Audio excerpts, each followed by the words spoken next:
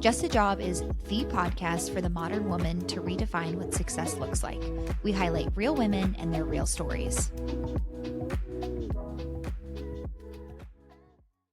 Hello, everyone. Happy Monday. Welcome back. I almost said good morning. It's not even morning, and the chances of you listening to this during morning are probably pretty slim. But welcome back to Just a Job. Sarah and Ellen, we're so excited that you're here with us because it is a monumentous day.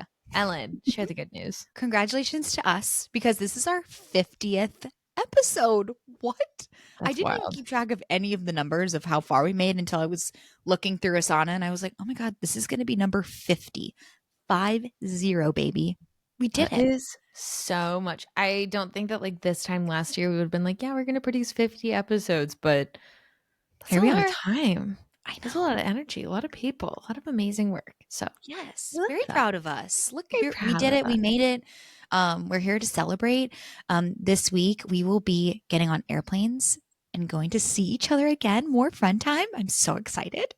Oh my gosh. I forgot that that is happening technically this week. Oh my Yay, future God. us. Congratulations. You're going to be hugging each other soon. Yay. But we have Lauren's episode to hop into. So before we get started, Ellen, stand-up notes, take us through.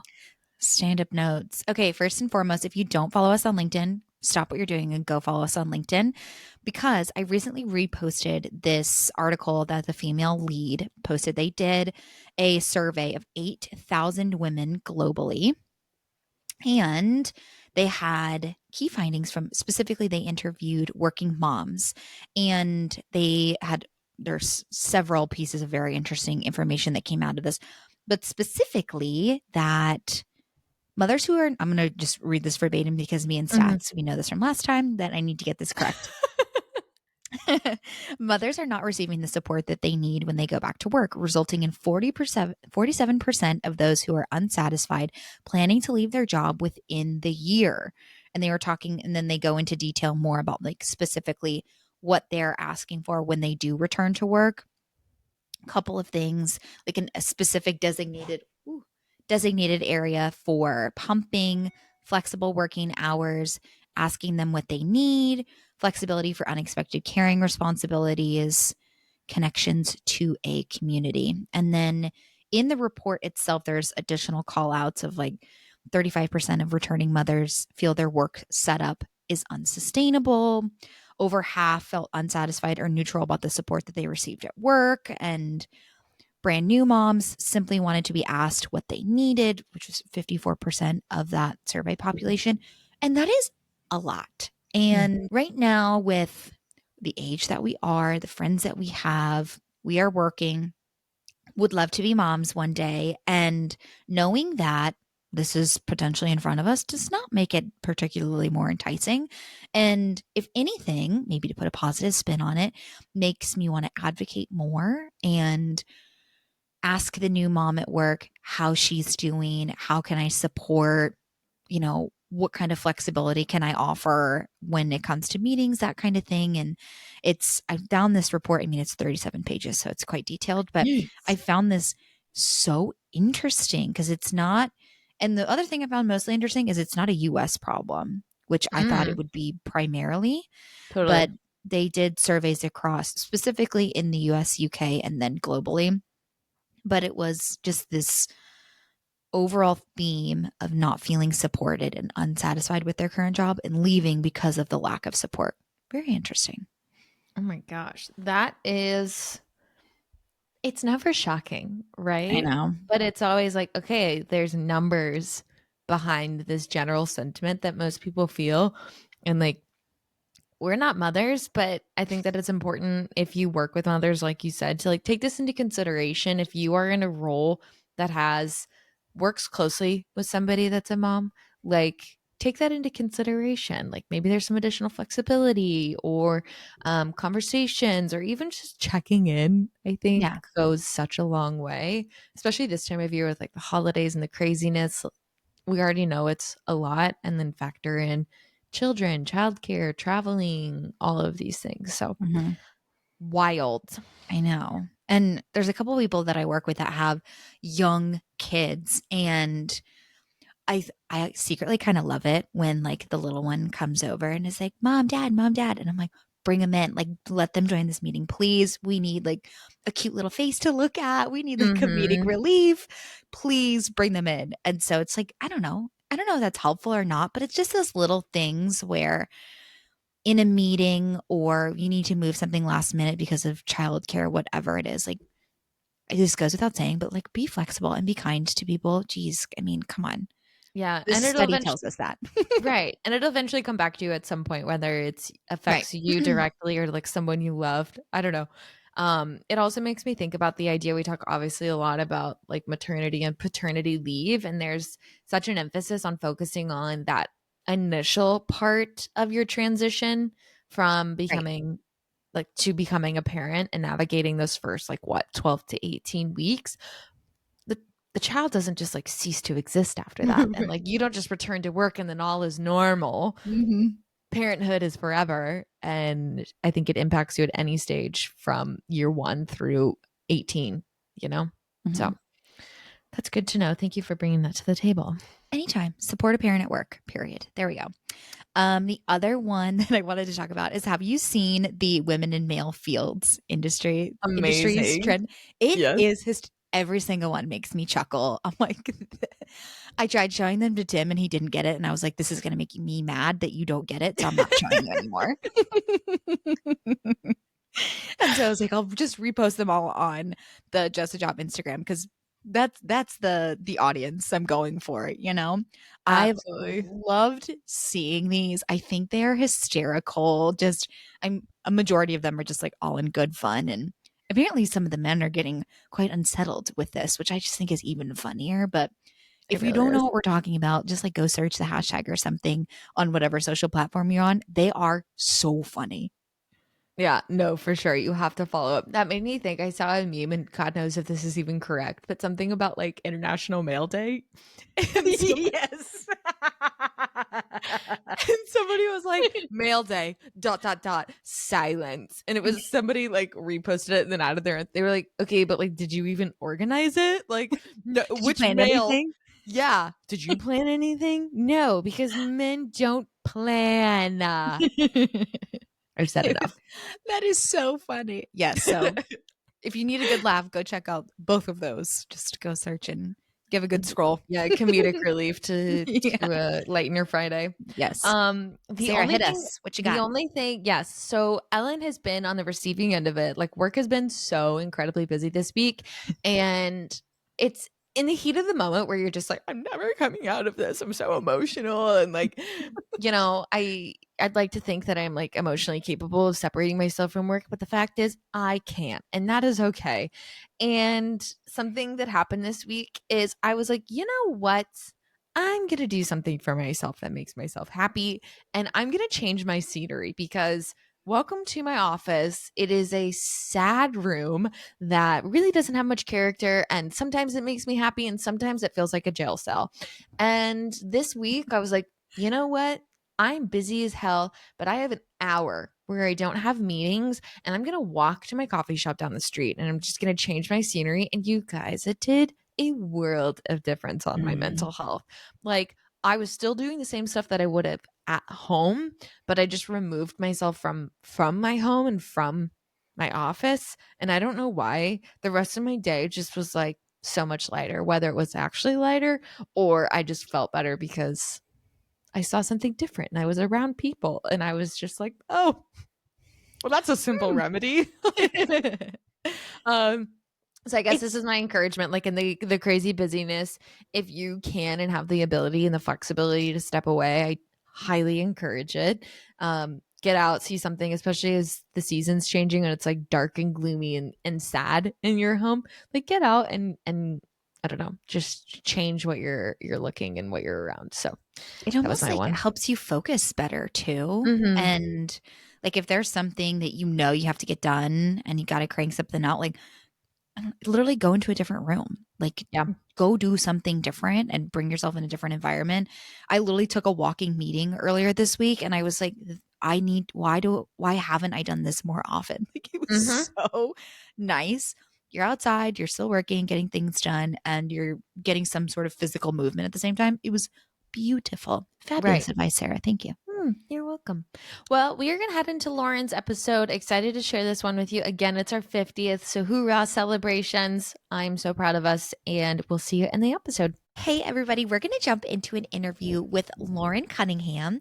Lauren is a host, entrepreneur, and founder of So Can I, which is a podcast and community that supports female founders near and dear to our hearts. Lauren graduated with a degree in accounting, but quickly realized she needed a place to channel her creativity. She now owns her own social media marketing agency, which helps other female founders build their businesses online. In June of 2022, she launched her popular podcast, So Can I. Each episode covers a different female founder, and she hopes her listeners can leave each episode thinking, if she can do it, so can I. Lauren is passionate about connection, community, and sharing the stories of other women in business. She firmly believes that encouragement is one of the keys to success. Ooh, we'll probably touch on that later. Lauren resides in Knoxville, Tennessee area and is an avid Tennessee Vols fan. Oh boy, I went to Alabama. We'll have to talk about Yes, that. we will. In her spare time, she enjoys reading, attending sporting events, going on walks, watching reality TV, and cooking for her friends and family. Welcome, Lauren, to the podcast. We're so excited to have you. Yes, thank you so much for having me. I'm really excited to be here. Quick background story on how we met Lauren. We found each other through, I think it was Instagram was the social media platform of choice. And I think we started following each other and she reached out. And another example of, take the coffee, take the meeting, be bold, message people. And here we are. And I'm so glad that we are officially getting to meet you and hear all about you and your career journey. And I want to hear, we sprinkled a little bit of the success question already in the beginning of your bio. So very much aligned with what we're doing here at the podcast. And again, very happy to have you here. So Lauren, we're going to take it back all the way to the beginning.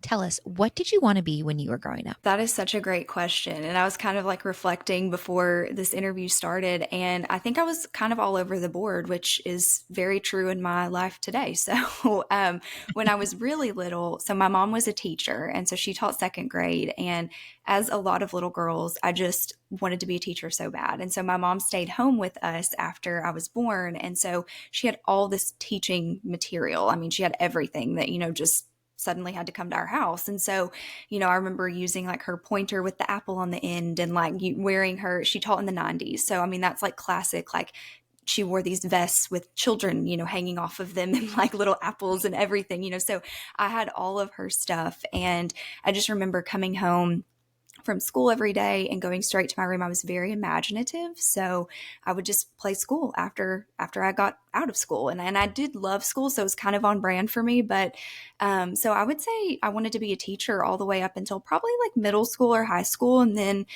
maybe started thinking that I wanted to be a lawyer. My dad was a lawyer. So I think this is a testament to them because they talked so fondly of their careers. And so I'm like, oh, well, I think I want to do that. And so, thought maybe lawyer and actually went into college pre-law. So I guess that kind of followed me through high school. Also took like physics classes in high school and really liked that. So, I mean, truly all over the board, but I would say definitely a teacher or a lawyer. Oh my gosh. I love when we're able to bring our parents or close relatives or just people in your inner circle into the story because it is so true how much of an impact they have on you when you're young because you really look up to them as role models, but also too like how are you supposed to know how many jobs are out there? Plus we're 90s kids, so like half the jobs that exist now did not exist in the 90s. But I can imagine like young Lauren playing school, playing teacher. I think we've all done that. I remember growing up playing house, right? And now we're actually playing house as an adult. And I'm like, this isn't fun anymore. Okay, so take us into your first few years of college. Did you go in with the degree of choice? Did you have any moments of changing your degree? What was that experience like? Yeah, so I started pre-law, but that actually wasn't a major at my college. So I went to a smaller, like Christian liberal arts school, and there was probably like 6,000 people that went there, and there weren't really a lot of majors. I mean, there was enough, but like I look at, my sister goes to University of Tennessee Tennessee. And I mean, you can do it. I mean, like they're random, like you can major in grass, I mean, like it's just like random things. And so like at Lee where I went, it was very much just the traditional majors. And so they Mhm. didn't have a pre-law major, but they did have a pre-law minor. And so I started, I guess, technically undecided, but they put me in some like political science classes and history classes. And I enjoyed it. But a huge part of my story is that I have Crohn's disease. And so I had just been diagnosed when I graduated high school and was not well at all when I started college. In fact, we weren't really even sure if I would be able to start. And so I did start and I did that first semester, but then I ended up having to drop out that second semester of college, my freshman year. And so had a couple surgeries, ended up having surgery right before I went back for my sophomore year. And I used to be very type A. I'm sure people who know me would still say I'm type A, but I feel like I'm recovering a little bit at this point. But I was like, I have to graduate on time and I've missed this semester, which is so silly. And you don't need to graduate. In fact, stay in school as long as you can. That would be my advice to people now. But I was like, I have to graduate on time. And so it kind of just became, what can I choose? I've missed one semester. Luckily, I had taken dual enrollment classes in high school. And so I wasn't like really behind, but I did need to pick a major. And I felt behind because a lot of people that were my age were already picking majors. And so I talked to my dad a lot. And so, like I said, he was an attorney, but he ended up working in banking after that. And so I thought, well, maybe I'll just do business because I don't know what I want to do. It's pretty broad. You can do pretty much anything with it. It could be a good background. And he's the one that kind of encouraged me to do accounting. He was like, I think that you'll enjoy accounting. I think it's just a little bit maybe better than a business degree. It's more attractive to an employer, even if you don't actually do accounting. And so I thought, well, I'll just try it out. And I did. And I enjoyed, like, I was good at it. I won't say that I enjoyed it. It was fine. I mean, I didn't hate it. And so I still wasn't really able to see past graduation, though. I was like, I have no idea what I'm going to do. And so I did major in accounting, and it was a great kind of launching pad for what I've been able to do. So, not only is going to college difficult, trying to figure out what you want to do with your life difficult, you had health complications on top of all of that and took a semester off. I mean, talk about resiliency and coming back and being like, these things happen to me, but I'm not going to let that affect the rest of my life and how my career trajectory and college path continues forward. So, good for you. That is impressive. I mean, especially at such a young age too, to be able to have that vision for your future and have the goal in mind that this is not going to affect what I want to do. So kudos, girlfriend. That's awesome. And I love the story of how parents influence your career choices. Cause I think, we talk a lot about like what, especially on the question of what did you want to be when you grow up? Because it's all influenced, of course, by your environment and then movies you see or people that are around you. And I love the example that you gave of your dad with his experience being an attorney, but then also pivoting into banking. And I would assume, and my assumption with attorneys is it's a very linear career path. There's pretty significant guardrails. You're an attorney from the time you pass the bar until when you retire. And there's really not a lot of pivoting out of that. So I love that you had that experience to be able to see that, you're not stuck in this one niche and you can go elsewhere. And so choosing accounting, I love that you said you didn't hate it, but you didn't love it. And I think I agree with the sentiment of it's a great background to have and attractive to any employer where you go post school, which I'm sure probably helped you land a job or an internship, which leads me into my question.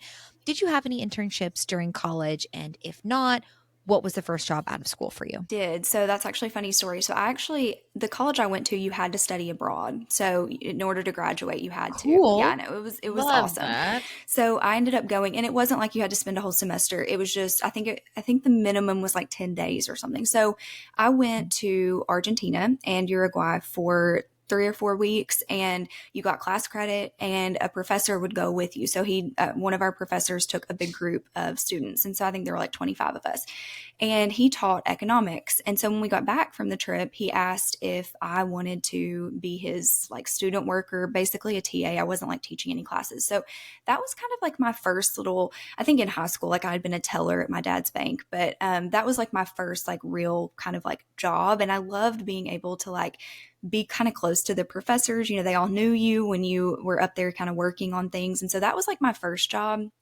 And then I did do an internship in the accounting department at my dad's bank. And so that was very eye opening because I actually really liked it. And I realized that you didn't have to pick tax or auditing. You could do more of like that internal accounting. But I think the kind of like the general message to accounting students is it's harder to transition from internal accounting to tax rather than tax to internal. So start with tax and then kind of see if you don't like it, you can always pivot.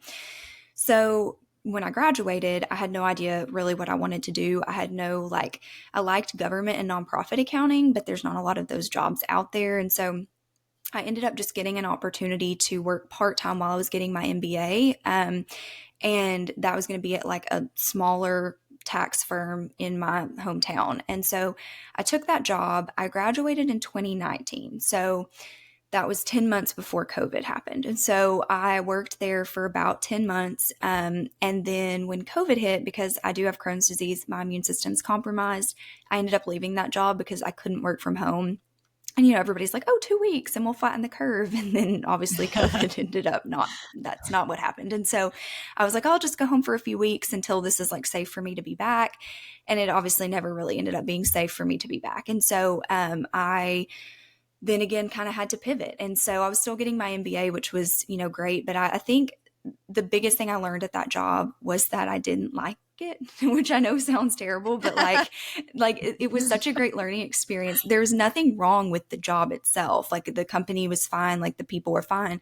But I realized that like there wasn't anybody at that company that I didn't love being a lower level employee, but I also didn't really have a desire to be a upper level employee at that company. Like I didn't like what they were doing. And so I think when you are somewhere where it's like, oh, there's really not even anybody that I would want to strive to be like, not personally, just professionally. And so I realized like, I think my days are kind of numbered here. And also I'm glad I gave it a shot because I think I would have always wondered, like, well, would I have liked tax accounting? Should I have gotten my CPA? But I learned that no, I really just didn't like it and it wasn't really suited for me. And I think I've always thought that I was very analytical and I am, but I'm also very creative too. And working, 12-hour days during tax season does not really lend itself to creativity. So I knew it was time to move on from that job. Yeah. Coming back to that, I just want to take note that your university puts an emphasis, no, a requirement on studying abroad. We've had a few guests on the podcast that talk about what an influence it is to get out of your bubble of the US and go and see the world, especially if you're focusing on studies. It's not just like, oh, I'm going to travel. I think it's so important. So I think that's amazing that your university not only requires it, but also gives you credit for it. So it's like a win-win situation. But you make such a good point about your first job. I feel like everyone at some point goes through, whether it's your first job or like the job that you're currently in, goes through the moment of being like, yep, nope, this is it. This is not it. And I think it hits the hardest at your first job because it's supposed to be this really, like amazing experience. You're an adult, rose-colored glasses, all of those things. But when it doesn't necessarily meet your expectations, it just doesn't feel right. And then the weight of, I'm supposed to be here for X amount of time. Am I wrong to leave early? And obviously in your situation, you were looking at COVID and your health and implications from that. But like in most cases, like I remember from experience, I lasted 11 months in my first job. And that was purely by choice because I was like, this is not it.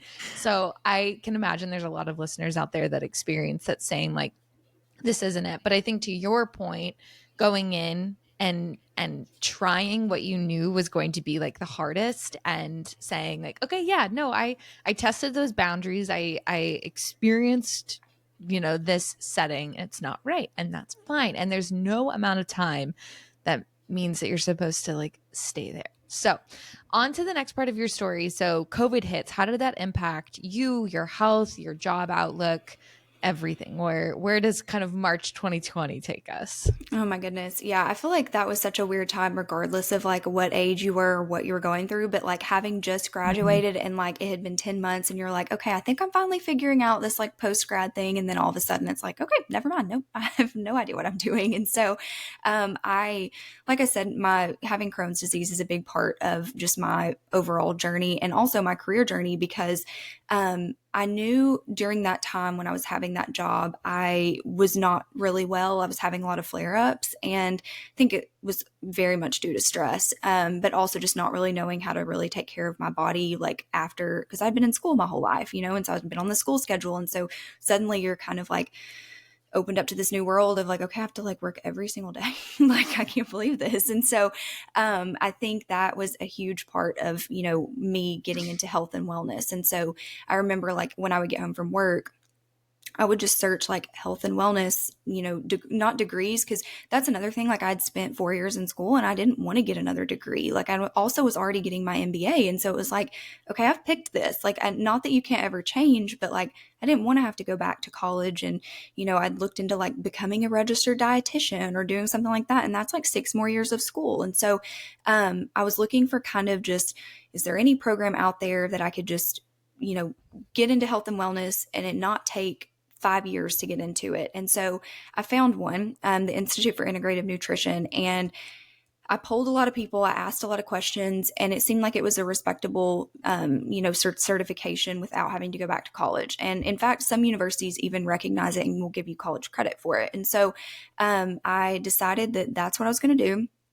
So I had already applied before COVID happened, and it just so happened my first day of classes was the day the country shut down. So it was all online. It's in, I think it's like their headquarters are in New York, but everything's online. And so COVID happened. I was still getting my MBA, and then I started this other health program, and I was like, I guess I'll just stay home and like not have a job right now. It was difficult because I'm very goal oriented and driven. And like when you see your friends also like working and you're just home doing school, it was kind of a weird feeling, but I was very busy because I had these two programs going on. And so after a few months, I ended up actually going into remission. And so I'd never done that before without surgery. And so I was like, wow, okay, maybe this is actually working. So in November of 2020, I'd been in that program for about 6 months, and they are like, okay, you can kind of go. It was a year-long program, but at the 6-month mark, you could go out on your own and take on health coaching clients if you wanted to. And so I was like, is this what I'm supposed to do? I don't know. Like, I like it right now, so maybe I should try it. So I ended up creating a website and kind of launching a health business. I had no idea what I was doing. I was, 23, I guess. I just turned 23. And so I had no clue what I was doing. I was very lonely. I mean, you're home, all day and all your friends are at work and none of your friends are entrepreneurs. And it was just like a very odd time. And so I ended up actually getting the opportunity to develop recipes for a fitness app. So I know we talked about like at the beginning of this, when you're in college, you don't even know the jobs that exist out there. Never in my life would I've ever thought that I would be developing recipes for a fitness app, especially having like majored in accounting. But and I've only told this story a few times, but I had like this, what I thought was a brilliant idea. I was like, I'm going to come out with a meal plan, because a big part of that healing journey for me was cooking. And so my mom had always cooked, and I was like, I'm going to cook. And I'm going to start recipe blogging. And then I came out with a spring meal plan, because I was like, there's so much benefit to eating seasonally. I'll put like, I think it was like 45 recipes in it. And I was like, I'll sell it for like $8 and people are going to love it. Like people are really going to buy this. And so I think I sold like 4, but I sent it to a bunch of influencers, and that's how I got connected with this lady who owned the fitness app. So it really wasn't a bust all in all. Like it ended up working out, but I started developing recipes for her fitness app, which again, like I never knew this job would have existed. And so initially it was just like 4 recipes a month. And so I was like, well, obviously that's not enough to like support myself. So I needed to, reach out. So I ended up building, this would have been, just for timeline's sake, like 2021 through, I guess it would have been like a year and a half. And so I built like a clientele, and I developed recipes all day, every day. And it was great at first, and I loved it. And then I was like really tired of it. And I think that's something, a big part of my personality is like, I do get tired of things easily.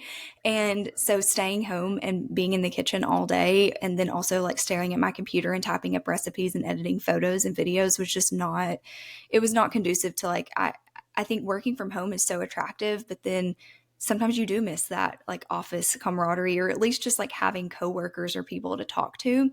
That was that was what I did, after COVID hit. So I was developing recipes, and it was great at first, but then like I said, I did get tired of it. Do you know what your Enneagram type I is? sure do. I'm a 5. Mm. Ooh, I don't know if we've had a 5 before. Sarah, we need to start adding these questions in the like prep I questions that we know. send out to guests. Yeah, Yeah. fives. Enneagram blank. Fives are like I think one of the rarer ones. It's the Mhm. investigator. So Mhm. and I used to be a 3. I thought I was a 3, but I realized I was mistyped. So yeah, I'm a 5. Those mistyped. That's funny. Okay, I love hearing the entrepreneurship like origin story, and it's so funny how we just like looking back on it, you're like, I kind of just stumbled into this. Like I just kept following what felt good and what was interesting to me, and it sounds like that's part of your story as well. I'm curious about the aspect like particularly during COVID, most everybody is home, but you're seeing other friends that are in the corporate world or in more, I'll say like structured regulated jobs, and here you are entering this complete unknown. How did you navigate that with the unknown of what your future was going to be, but you knew that you had that passion and excitement there when you were kind of you were a one lady show on this path that you were on? Yeah, I think I became good at just like avoiding the like bad parts of it. And I'm just like, I'm just going to focus on like I am enjoying what I'm doing. And so I think that's all that matters. I've also always kind of had like a lot of confidence surrounding my career. Like I've never been like, oh, I'm worried what people are thinking about me. Like I just, my dad always said, like how conceited that you would think people are thinking about you. You know, like that's no one is thinking about you. Like you need to do what you want to do. And so I think that was a huge part of just my overall confidence. And that's not to say that there weren't like challenging days and days where I was like, is this really what I'm supposed to do? Because it was a slow build. I think any business is. Most people don't just take off overnight, even though that's what a lot of people think happens. And so, yeah, I mean, it was difficult. I will say my friends were very supportive though. All of them were like, "Oh, how can we help you? How can we support you?" So that was great. And my family was also very supportive. But I think this kind of gets into why I started my podcast because it was like I was lacking that community and that just like feeling like, is there anybody else like me out there? You know, because like none of my friends had taken this path. And so that was a huge part of me starting. And I do live in a small town. So it was like I live about an hour outside of Knoxville. It's a smaller town. So there really wasn't anyone my age that was starting a business. And so I think that was, and nobody that really that I'd gone to college with that was starting a business, nobody had gone to high school with, you know. And so that was a huge part of why I started my podcast was because I was just like kind of like craving that community and just like, are there people out there that I can relate to? And also I think I really wanted to show that there isn't one right way to do things and there isn't, you know, one career path or set career path. And I knew that there had to be people out there who had had a very like curvy road to, you know, their success. And so I think that was also another reason that I was like, I think I'm going to start this podcast so that I can just talk to other entrepreneurs and, you know, just kind of pick their brains and talk about their story. So I think that was also kind of how I coped with, you know, just being a little bit lonely during that time. Gosh, yeah, we were just at an event in New York and it was the Female Founders World. So it's like 700 women that are founders and you get in a room together and you look at each other almost like this like small, I don't want to say sisterhood, but like small sisterhood because it's like, oh, most people entrepreneurs like in addition to their full-time job or going to school are like building this business and so many questions are like swirling through your head at that time, whether it's like tactful, like how do I build this LLC, how do I get the right tax forms, to just like how am I doing okay, like is everyone okay, you know. So there's this like emotional support, but then there's also this like business support. So I love that rather than, you know, kind of retreating from it, you leaned into it and said like there's other people that feel this way. And also too, I have to imagine, I'm thinking like, yeah, I'm also from a small town and there are definitely not people that take this. It's a very comfortable lifestyle of like going to school, going home, and working, and then just like rinse and repeat. Which to a lot of people that's comfortable, but to a lot of people like myself, I was like, I cannot do this. I cannot operate this way. It doesn't work for me. It goes against every fiber of my being. And I imagine that if I at, you know, like 18, 19, when I'm making these really big life decisions, like had access to something like your podcast or a community of these women like to listen to and look up to, I would probably be a little bit in like a different spot now. But never to say it's too late. So you talked about building the recipes and getting into that and maybe thinking like, okay, what's next for me? And you had mentioned earlier about building your online business. So let's hear about that part of the story. Yeah. So, I was very confused during that time because when you go to that health coaching program, it's a great program, but they're kind of like, they just leave it open ended. It's kind of like, well, whatever you want to do next is fine. You can take on clients, you can develop recipes, you can become a blogger, like whatever you want to do. And so, I tried the recipe development thing and like I said, I enjoyed it, but I was ready for something different. And so, it just so happened. So my sister works in, or she's a nurse practitioner, but she used to work in like the medical aesthetic industry in Nashville. And she had her first child and ended up moving back home. And so she was kind of looking like she didn't know if she wanted to stay in the industry, but she met a couple people in Knoxville, and she met this one founder of a spa in particular, and she had texted me that day and was like, hey, can you, like, I know you have a camera, because I had been, developing recipes and had to take pictures of it. And so she's like, I know you have a camera, can you come up here and help me do some social media stuff for this med spa? Like, they need some help with their social media. And I was like, okay, yeah, sure, I'll go with you. So I went with her, not knowing that I would end up, working for this spa one day. And so I went and I hit it off with the owners and I really enjoyed it. And I thought, well, I guess I could do this because I've kind of been doing social media stuff. I just didn't really realize that that's what I was doing, because I was taking pictures and editing them and taking videos and making reels for my recipe development clients. And so within about a month, I kept my recipe development clients. So the year of like 22 to like 23 was very busy because I kept my recipe development clients. I had started my podcast and I started managing this social media account at the med spa. So it was kind of a crazy year, but I knew that was going to kind of be my next step. So I was like, it's only for a season that I'll be, this kind of stretched thin. And so I started working for this med spa and I was managing all their social. And so that went on for about 6 months. And then I ended up just coming on. I'm still contracted, so I have my own business, but I do all of their marketing. And so then I've been able to kind of build out my business from there and take on some other clients. So it's been a crazy journey of how it like all happened, but I'm really happy with what I'm doing now. We interviewed this woman recently named Bree, and she brought the term of portfolio career to my attention, which it sounds like you are building a portfolio career for yourself with all these different business ventures. And I love how it's all starting to seem and sound really cohesive, and you're able to like flex your different muscles across each of your different like legs of your business and not feel maybe like stuck or in a guardrail for like one specific path. So as you were talking, I was like, oh, I see another portfolio careerist. I don't even know if that's the right way to like say that, but that's what I was thinking when you were talking. So I hate the word balance, but I have to ask this question. How did you balance the three? Was there no balance? Was there an ebb and flow between them? What did that look like? That was difficult in the beginning. And I think that naturally my podcast just kind of fell to the wayside because it's like, well, this is the one thing that like no client is expecting me to have the podcast ready. I still had an episode out every week, but I've never really felt like I've been able to focus on it because it's always, as I'm sure you all know, because you guys are very busy as well.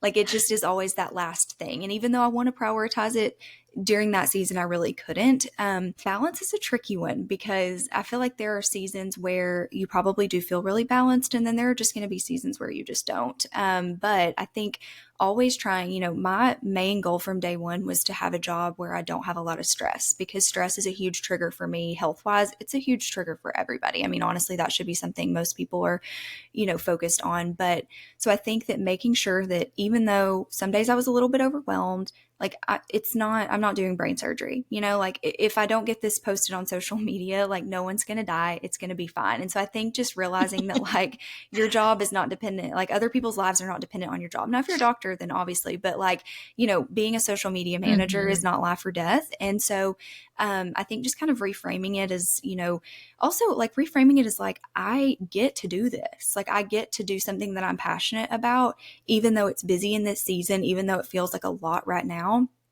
I get to do this. And so I think having that mindset switch is really key, especially as an entrepreneur, because there are really, I mean, there are hard days. There are days where you're like, am I doing what I'm supposed to be doing?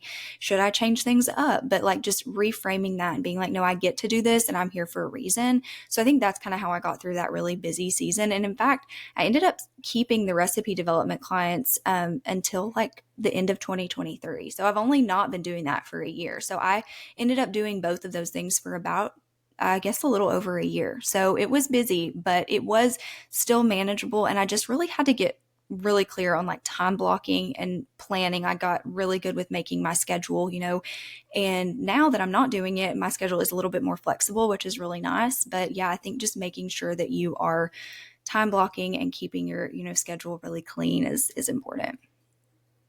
Definitely. That's the type A I'm sensing Yeah. too coming out. It's like I have to have this schedule, but that's what brings you a sense of peace. I love that you talked about the seasons, because this is something that Ellen and I are talking about quite a bit, and something that like I'm personally experiencing is that when you are going through these really high intense moments of stress and overwhelm, most times you can control one aspect. But also too, something that I feel like I'm kind of learning is like controlling my mindset around all of it.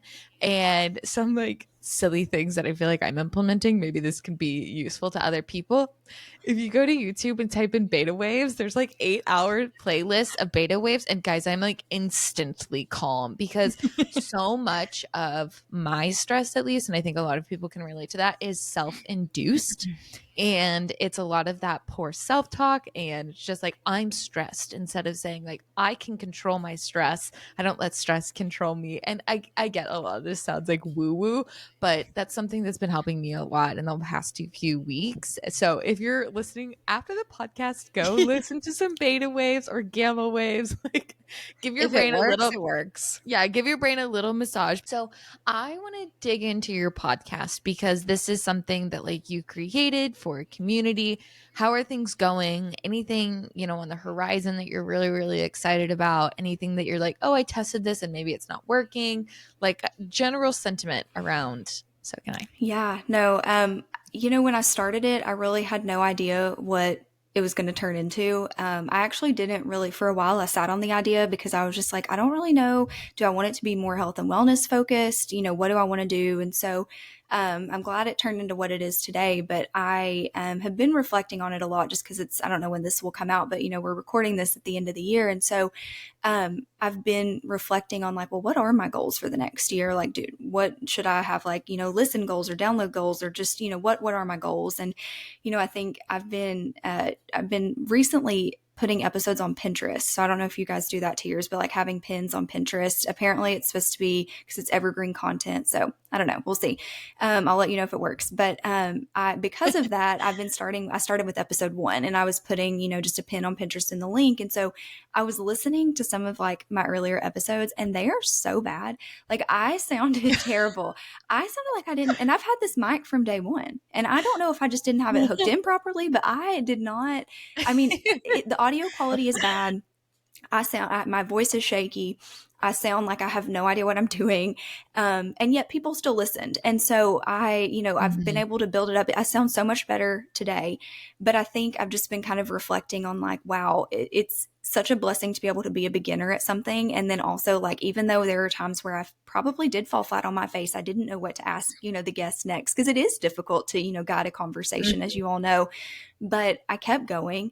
And so I think that's probably what I'm most proud of, is like, I just kept going, and I stayed consistent with it. And even though like there were weeks where maybe I didn't get a lot of listens, like I still kept going. And so, this year, so beginning of 2024, looking to kind of switch it up. I felt like it wasn't growing at the rate that I wanted it to grow. And so I'm like, I don't know what to do. And I had this idea to bring back previous guests. And so one episode a month, I was like, I'll just bring back somebody else, because it is hard when you're getting someone's life story, and then they're also like maybe an expert in one thing. It's like, you can't talk about everything in 60 minutes. And so I was like, who should I have back on? So I did that for a couple of months. And, you'd asked if there are any things that I've tried that haven't worked. And honestly, I feel like that is one of the things that really, it's not that it didn't work, but I just didn't really find that I did enjoy the episodes that I did, but then finding guests that I'm like, okay, I think they could talk for another 60 minutes. That was really difficult. So that's one thing that I probably won't do next year. I'll probably sprinkle in some episodes here and there, but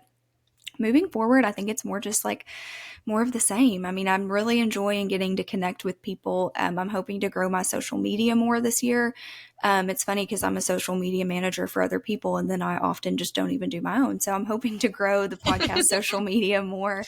And then also just keep growing the podcast and focus on, maybe some more PR opportunities, and just keep doing, the 60-minute or 50-minute, however long the episodes, individually are, but also maybe sprinkle in some solo episodes. I know you all do, one-on-one episodes, and I love that. And I wish I felt more comfortable talking into the mic by myself. I feel like so silly sometimes. I'm like, okay, but no. So I think more of the same, and then also I hope at some point, investigating sponsorship and advertising opportunities, because I do think that, as your podcast is, it is kind of niche, like focusing on like, business owners and female founders, and I think having advertisement opportunities is just another option, an opportunity to highlight a female business. And I've made some really great friends from the podcast, which has been fun. So I think just focusing on some growth opportunities, but just continuing to do more of the same.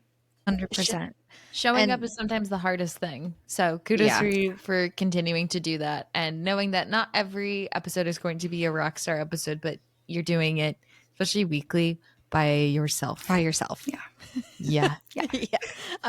I'm thinking selfishly in my lens, I'm like, thank God I have Sarah, because like it's a lot of work. Only imagine. Yeah. Oh my gosh. I can only imagine not splitting things. So and I love like this time of year, the end of the year, you're reflective, and Sarah and I are coming up on our 1-year anniversary of our launch. So with what you're talking about in terms of goal setting and reflecting on the past year, we're in like a very similar mindset right now. So I was resonating with a lot of what you were saying. And what I liked the most that you said was it's a blessing to be a beginner at something, because, and same thing, resonated with some of those first couple episodes of the podcast when you're like, my mouth is dry and suddenly I don't know how to speak, and my voice is shaky, and I talk to Sarah every day, but then as soon as we press record, we were like, what do we do?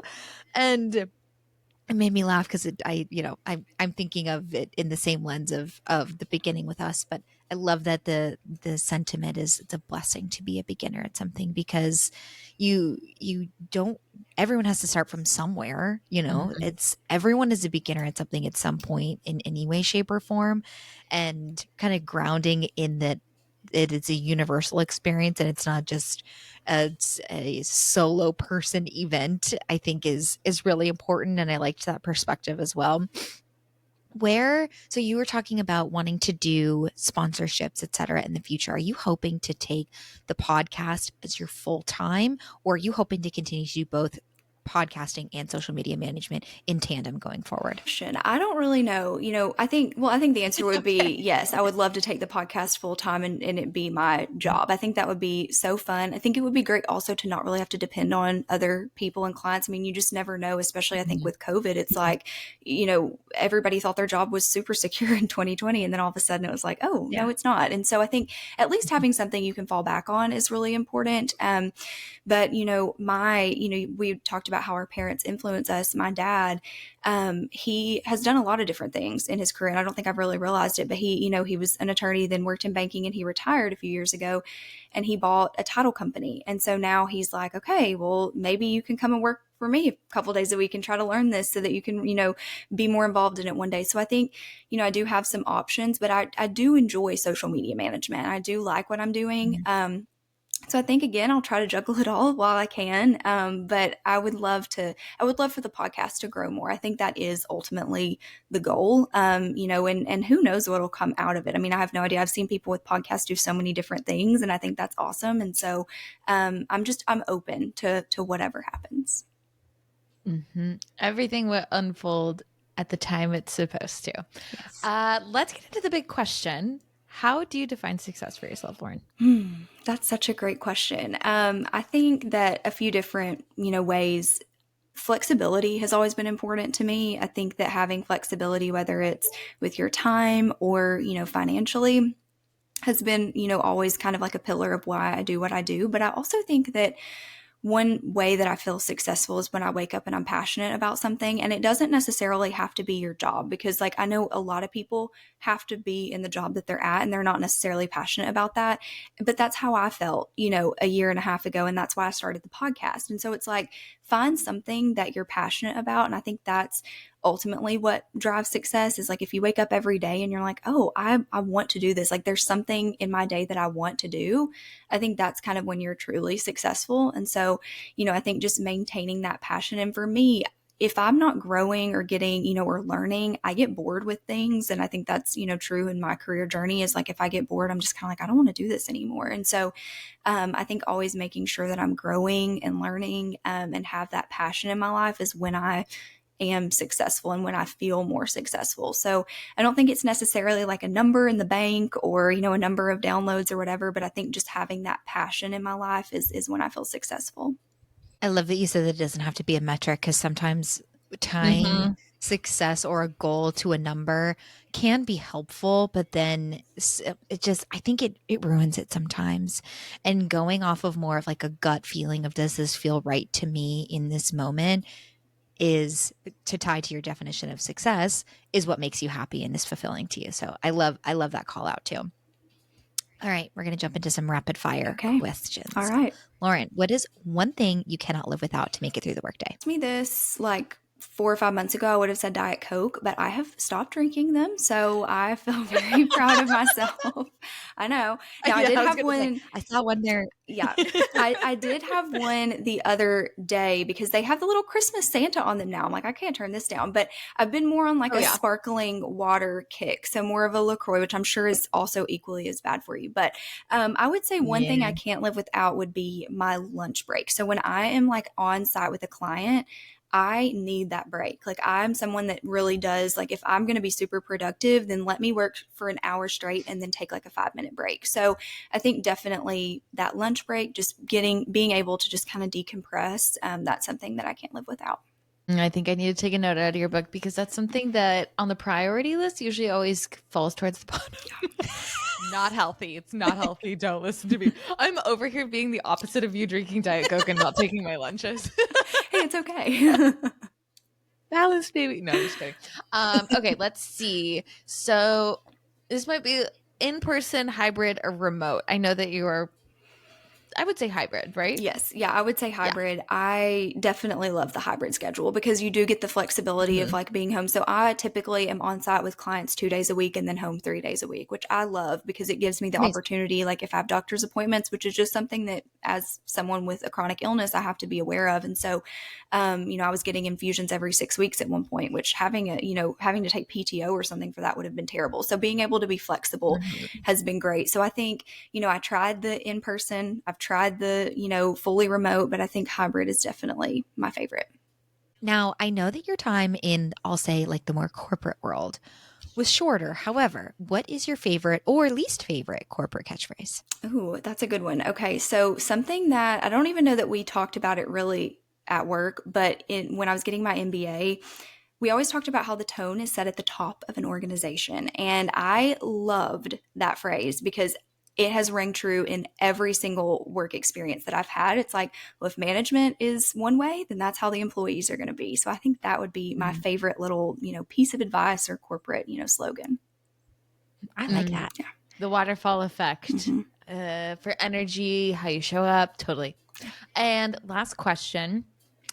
Favorite benefit that you've ever had, and this can be from your time at the corporate company, also to while building your business and running your business. So this is actually a funny question. I have really never had benefits. So I we never had I was on my parents' health insurance when I was working in the corporate world. So, but I would Mhm. say that health insurance is one of the, obviously having a chronic illness, that's been like the biggest thing that I miss from being in a corporate setting. So I'll just say health insurance.